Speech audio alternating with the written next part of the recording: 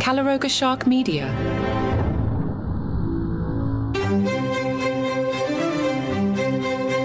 Hello and welcome to Palace Intrigue. I am your host, Mark Francis. Is the crown really over? GB News host Isabel Webster, expressing her own enthusiasm for the series, questioned guest reporter Elle Phillips, "Can I ask, is this really going to be it?" Phillips responded with certainty, suggesting that the series is far from over, particularly due to Prince Harry and Meghan Markle's influence on recent royal events. "Absolutely no way. I'm sorry, I know they are saying this is the last one, but Meghan and Harry have given them gold. They have given them absolute gold dust." Phillips expressed her belief that while a continuation of the series featuring the Sussexes might not be imminent, it could materialise in a few years. She further argued that given the show's viewership and the accolades it has received, it would make sense for Netflix to extend the series into the future. "I think people want it," Phillips added. The first half of the final season of The Crown experienced a more subdued debut compared to its previous season, according to the Nielsen's streaming rankings. Although it was the top-streamed show for the week of November 13th through 19th, the viewing time recorded was significantly lower than the opening week of the previous season. The final season clocked in 943 million minutes of viewing, which is less than half of the 2.13 billion minutes amassed by Season 5 during its first week last year. This difference in viewership can be partly attributed to Netflix's release strategy for the final season. Unlike previous seasons, where the entire season was made available at once, Netflix initially released only 4 of the 10 episodes of the final season on November 16th. This staggered release could have impacted the total viewing minutes recorded in the opening week. The remaining 6 episodes of the season were made available on December 14th, completing the series. Friends of Sophie, the Duchess of Edinburgh, have strongly criticised the portrayal of her in Obert Scobie's latest book, Endgame. The Duchess is reportedly upset over her depiction in the book, which accuses her of not supporting Meghan Markle adequately during Meghan's early days as a member of the royal family. The book also alleges that Sophie was casually bigoted and ignored Meghan at Queen Elizabeth II's state funeral at Westminster Abbey, an accusation also levelled against Princess Kate and Queen Camilla. However, friends of Sophie insist these claims are false. They emphasise that Sophie actually made considerable efforts to befriend Meghan after her marriage to Prince Harry. They recall an instance where Sophie invited Meghan for tea at her Surrey home, Bagshot Park, where the two reportedly spent hours talking, a senior royal source shared with The Sun. "It was just the two of them, and they talked for hours. Meghan had so many questions, and Sophie, who knows what it's like navigating your way through the early days of transition from a commoner to a royal, gave freely of her advice." Sophie reportedly found Meghan likeable and engaging, even offering to be available for advice on dealing with more challenging aspects of royal life.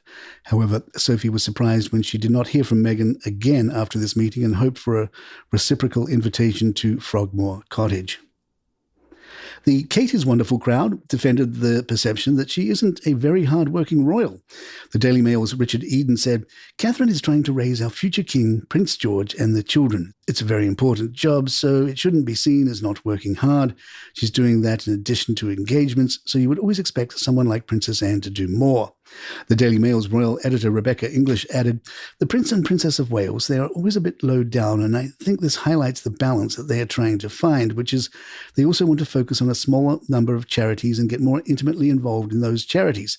That does mean less public engagements." Queen Elizabeth was always of the opinion that you have to be seen to be believed. Royalty has to be seen to be believed, and I think that highlights questions might rise. Are they getting that balance right? They've also made very clear that their other really big job is bringing their family up and being good parents. That's what we saw in that lovely video of the 3 children going to the baby bank. Is actually they're bringing up 3 really happy, well-adjusted kids who are comfortable enough with the spotlight on them without being overexposed to it. So I think those numbers do reflect the balance they're trying to find. While Meghan's podcast may be over, Queen Camilla's is just starting. Camilla is set to make her mark in the podcasting world with the launch of her own audio platform, The Reading Room. This initiative builds upon her book club established in 2021, which aims to foster a love for literature among both adults and children in the UK and globally.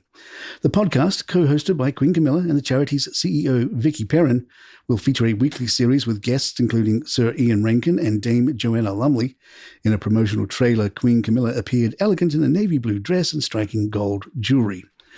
Good luck with that one. Palace Intrigue will be right back.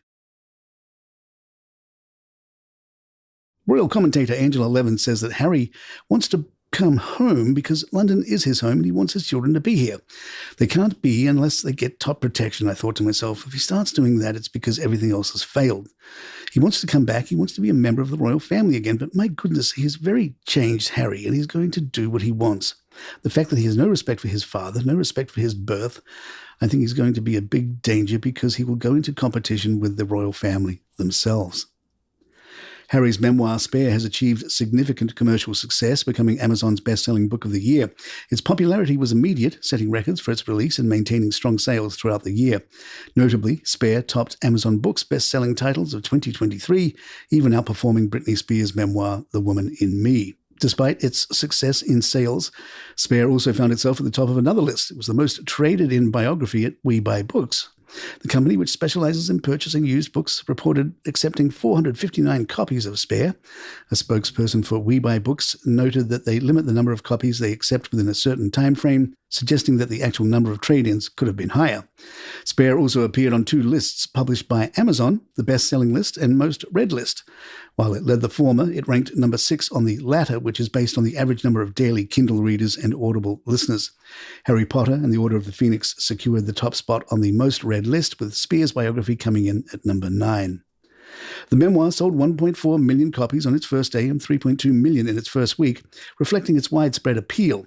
The book's significant impact was further highlighted by its inclusion on Time magazine's The 100 Must-Read Books of 2023 list. Speaking of books, a close friend of the royal family has shared what Charles thinks about Endgame. It is only a book. The king has bigger fish to fry. And there you have it. If you'd like to email us, our address is thepalaceintrigue@gmail.com. Please follow us on Spotify, Apple, or your app of choice. If you're on YouTube, hit that subscribe button.